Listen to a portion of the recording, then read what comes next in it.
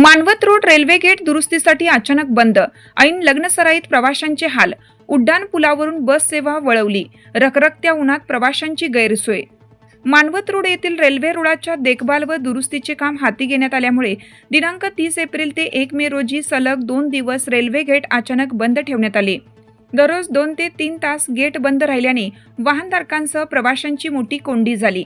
सध्या लग्नसराईचा हंगाम सुरू असून कडाक्याच्या उन्हामुळे प्रवाशांचे प्रचंड हाल झाले।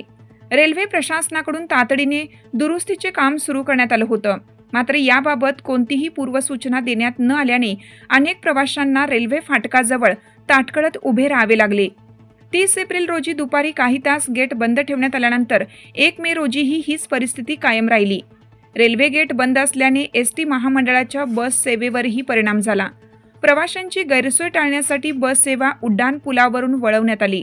यामुळे रेल्वे स्टेशनच्या दक्षिण भागातील नागरिकांना शहरात येण्यासाठी व ग्रामीण भागात जाण्यासाठी अतिरिक्त फेऱ्यांचा सामना करावा लागला।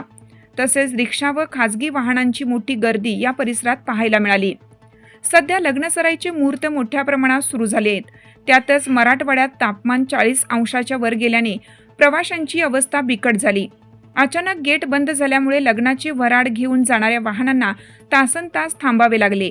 लहान मुले व वृद्ध प्रवाशांना रखरखत्या उन्हाचा सामना करावा लागल्याने नागरिकांत संताप व्यक्त होत आहे।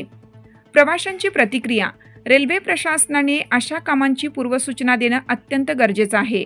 अचानक गेट बंद केल्यामुळे ऐन लग्नसराईत आमचा खोळंबा झाला, अशी प्रतिक्रिया प्रवाशांनी व्यक्त केली आहे।